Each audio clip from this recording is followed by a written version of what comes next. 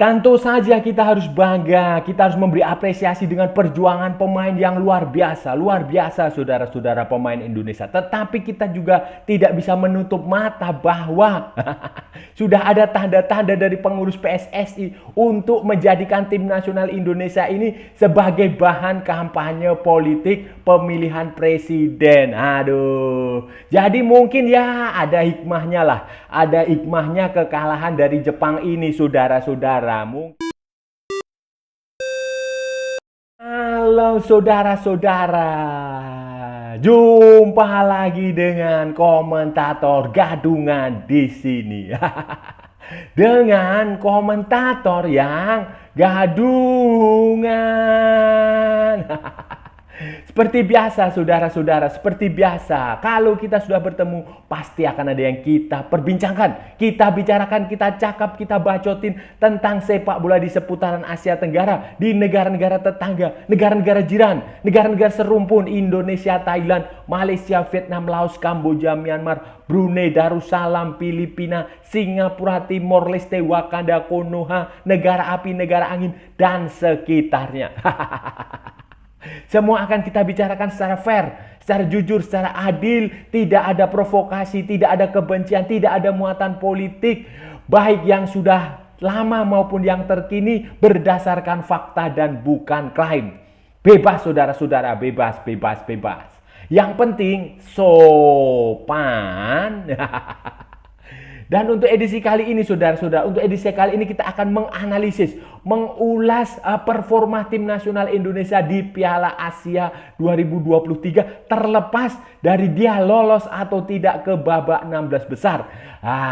Terlepas dari usaha sejumlah pengurus PSSI untuk menjadikan tim nasional Indonesia di Piala Asia ini sebagai bahan kampanye politik pemilihan presiden. Copras Capres 2024. Nah, ini akan seperti apa saudara-saudara? Ini akan kita bahas, akan kita ulas, akan kita analisis, akan kita bacotin di edisi kali ini saudara-saudara. Jadi begini saudara-saudara, jadi begini, kalau kita lihat penampilan tim nasional Indonesia selama Piala Asia ya, selama 3 pertandingan di grup D, fase grup Piala Asia 2023 ini tidak ada yang perlu kita sesali, tidak ada yang perlu kita kecewa. Tidak ada yang perlu kita marah-marah, tidak ada yang perlu kita kita caci maki, kita hina, tidak perlu saudara-saudara, tidak perlu. Kita ini harus sadar diri. Kenapa? Indonesia itu peringkat FIFA, ranking FIFA-nya itu paling bawah di Asia, di antara peserta ini ya, 2024 peserta ini Indonesia itu paling bawah, baik peringkat FIFA maupun peringkat Asia. Kemudian Indonesia itu juga tim dengan usia pemain itu paling muda, rata-rata usia pemainnya itu muda. Pemain usia 19 tahun dimainkan, pemain usia 20 tahun dimainkan, pemain usia 21 tahun dimainkan. Mayoritas adalah pemain-pemain usia U23. Sebenarnya mereka masih bisa bermain untuk timnas U23 saudara, karena ya memang ini ya pemain muda. Dan ini kita harus sadar diri. Jadi kalau kita hasilnya dikalahkan Irak 1-3 dan dikalahkan Jepang 1-3 itu ya wajar, normal. Tetapi kita berhasil mengalahkan Vietnam. Itu yang penting saudara-saudara. Mengalahkan Vietnam itu yang penting karena dia adalah rival domestik kita, rival Asia Tenggara kita. Sama halnya ketika Indonesia mengalahkan Thailand atau mengalahkan Malaysia atau mengalahkan Myanmar. Itu Singapura itu adalah rival domestik yang menurut saya cukup ya masuk akal lah, logis.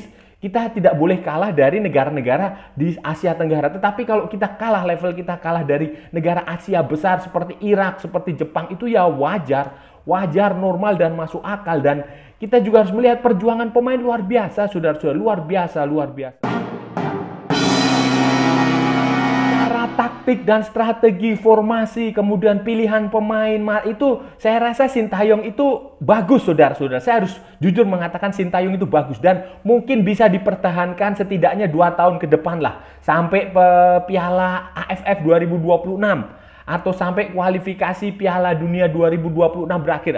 Ini menurut saya pelatih yang cukup bagus. Dia cukup paham, dia cukup tahu apa yang harus dia lakukan. Buktinya sudah dia melakukan 3 pertandingan fase grup ini dengan pendekatan yang berbeda. Melawan Irak dan melawan Jepang defensif, jelas itu sudah pakemnya defensif. Dan walaupun defensif, saudara-saudara, taktiknya itu termasuk menurut saya cair sekali. Anda bisa melihat skemanya memang 3-4-1, tetapi 3-4-1 ini bisa fleksibel menjadi 3-4-3. Itu bagus, bisa juga menjadi 3-5-2. Itu fleksibel luar biasa. Dan Anda lihat posisi pemain-pemain Indonesia itu kan selalu permutasi, bergerak, mobile. Misalnya Justin Hubner itu sebenarnya ditampilkan sebagai defensive midfield, holding midfield, gelandang pengangkut air. Gelandang bertahan lah istilahnya begitu. Tetapi pada prakteknya dia bisa menjadi center back. Itu keren. Kemudian pemain seperti Jakob Sayuri, dia posisi aslinya adalah full back kanan. Dia bisa main sebagai penyerang sayap kanan.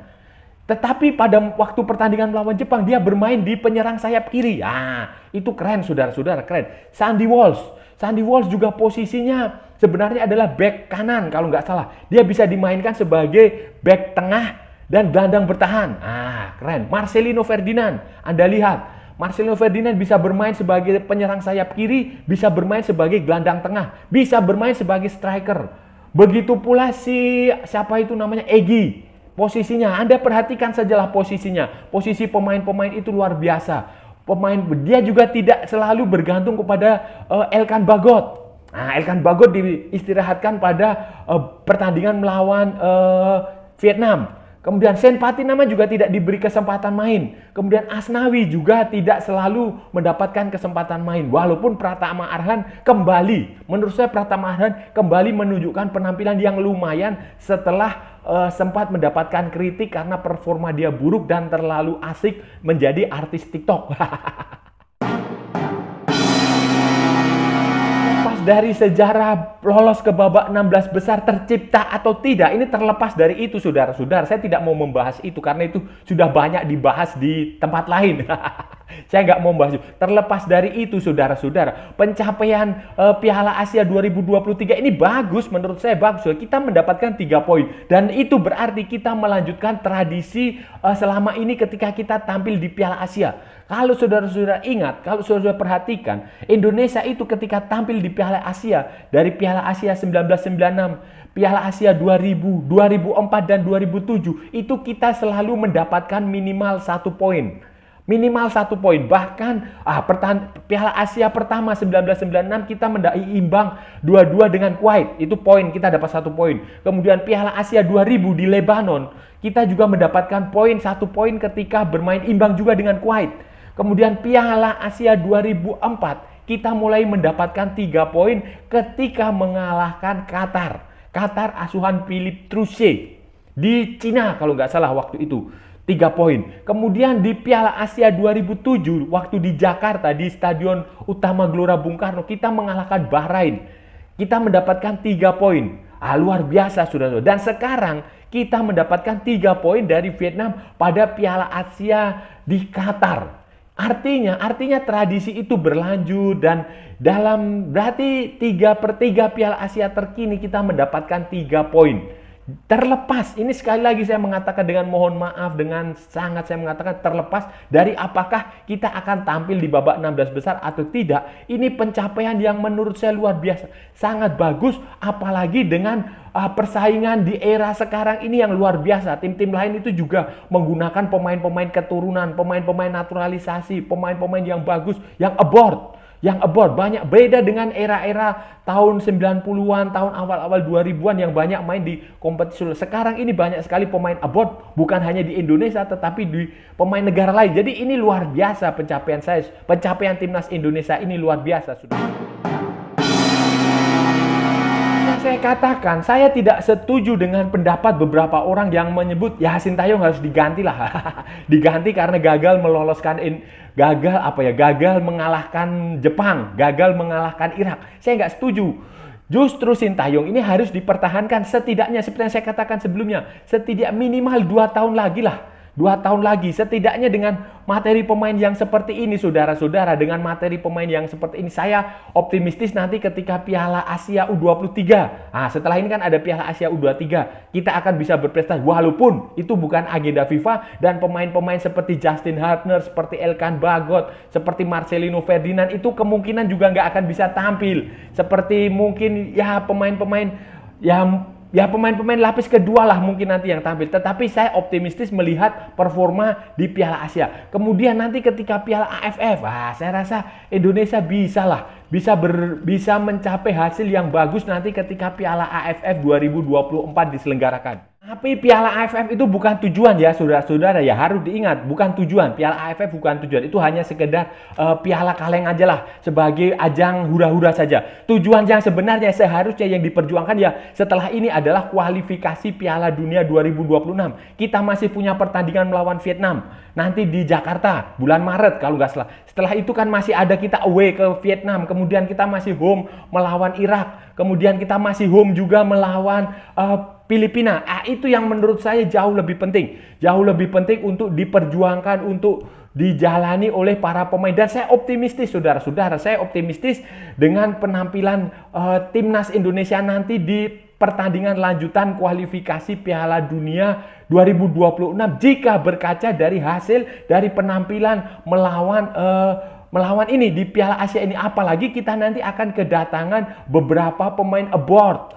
Pemain abroad baru, pemain keturunan baru yang sudah pasti akan bisa bergabung nanti di kualifikasi Piala Dunia.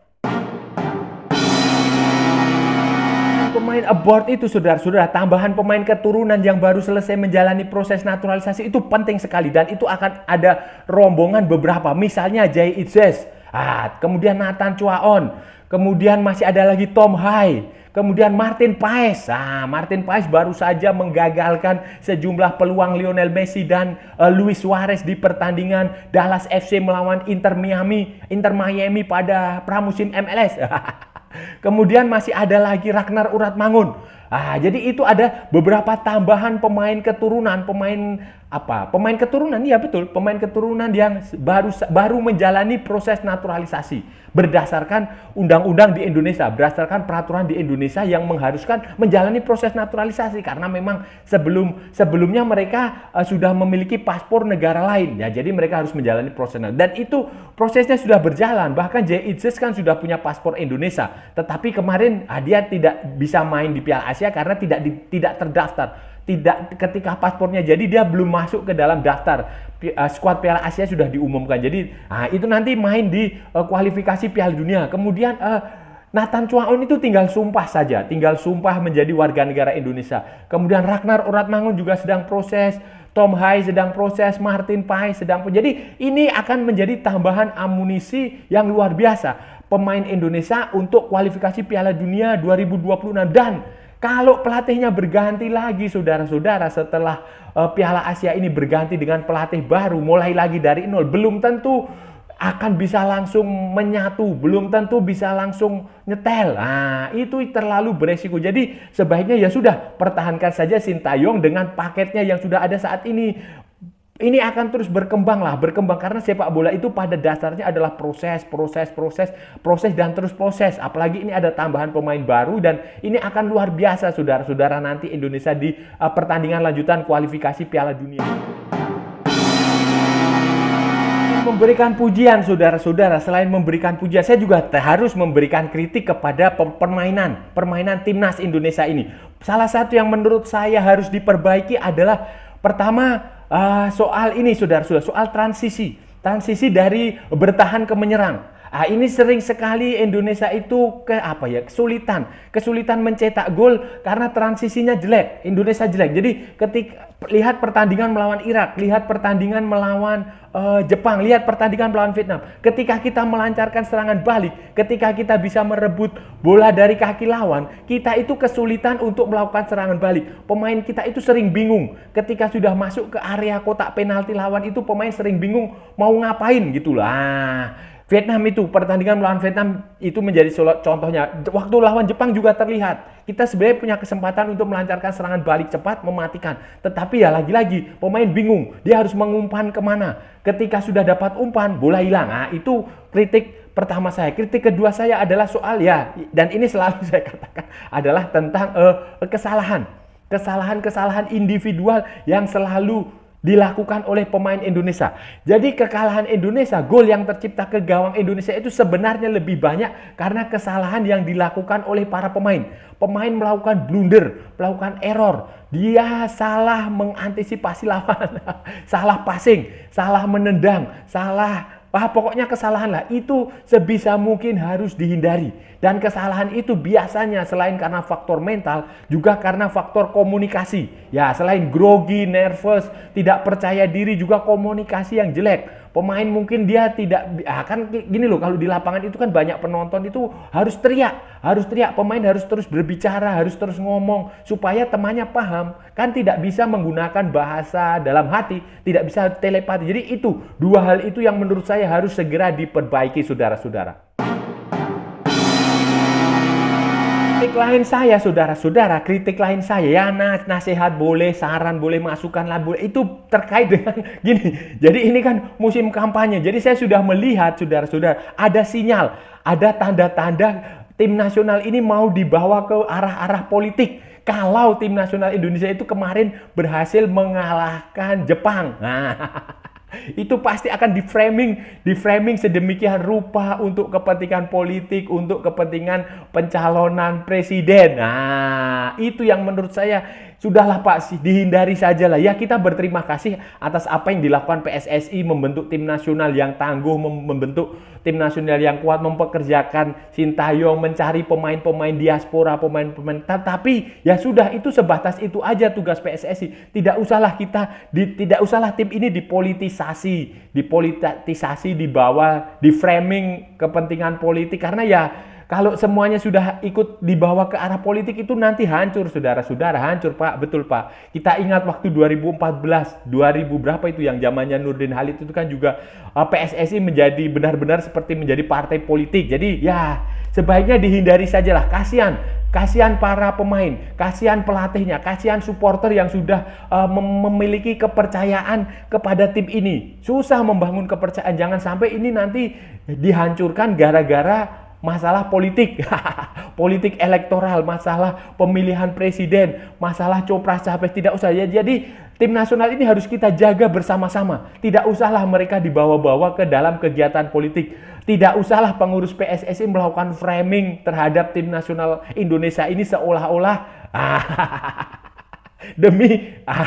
itulah. Jadi biarkan sepak bola tetap menjadi sepak bola, biarkan olahraga tetap menjadi urusan olahraga, biarkan politik tetap menjadi politik. Gak usah dicampur adukan, karena ada kepentingan negara, ada kepentingan apa yang jauh lebih luas daripada sekedar copras-capres, saudara-saudara.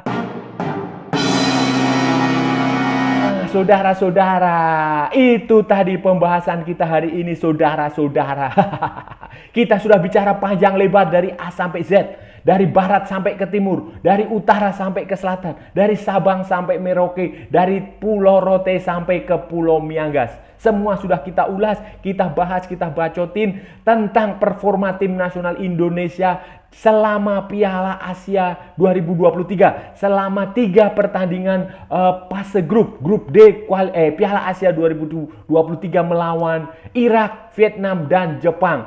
Hasilnya secara skor memang mengecewakan karena kita kalah 1-3 dari Irak, kalah 1-3 dari Jepang, dan hanya menang 1-0 dari Vietnam. Nah, secara hasil mengecewakan, tetapi saudara-saudara, kalau saudara-saudara melihat dari permainan, dari cara para pemain bertanding, dari taktik, strategi, skema, formasi, kemudian keberanian Sintayong untuk menampilkan pemain-pemain muda. Jangan lupa, Indonesia ini peringkat FIFA-nya paling rendah.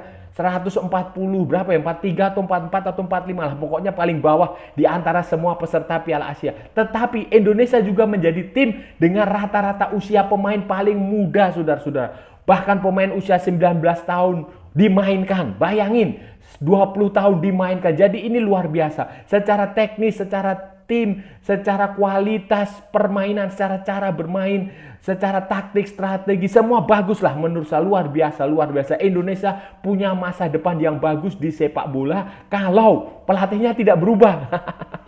Nanti pelatihnya berubah taktik, berubah pendekatan, berubah semua. Ya, setidaknya Sintayong masih bisa lah dipertahankan sampai ke kualifikasi Piala Dunia 2026 berakhir. Mungkin sampai Piala AFF 2026, 2 tahun lagi ya. Dan ya lumayan sudah permainannya bagus. Kita bisa mengalahkan Vietnam itu sebagai sebuah poin yang luar biasa karena selama ini kita selalu kalah dari Vietnam di era Sintayong. Dan masa depan sepak bola Indonesia cerah. Sekali lagi saya ingin mengatakan masa depan Indonesia cerah. Tetapi saya juga mengkritik kepada pengurus PSSI yang tampaknya ada tanda-tanda, ada sinyal untuk memainkan, untuk menjadikan tim nasional, prestasi timnas Indonesia sebagai jualan politik, copras-capres. Oke ya saudara-saudara, saya rasa sudah cukup pembahasan kita hari ini. Kalau ada salah-salah ya mohon maaf, namanya juga gadungan. Tetapi kalau benar saudara-saudara berarti sebuah kebenaran. Kalau saudara-saudara merasa channel ini bermanfaat, berguna, menghibur, menginspirasi, silahkan like, share, and subscribe. Tetapi kalau tidak saudara-saudara, abaikan saja, skip, jangan ditonton. Tetapi jangan juga di-report. Kasihan saya saudara-saudara. Ikuti juga akun media sosial Komentator Gadungan, ada di Instagram, ada lagi di Facebook, dan ada juga di TikTok. Oke saudara-saudara, sampai bertemu lagi di edisi-edisi berikutnya dengan tema-tema yang jauh lebih tidak bermanfaat, dengan tema-tema yang jauh lebih tidak bermutu, dengan tema-tema yang jauh lebih membagongkan. Salam olahraga dan merdeka!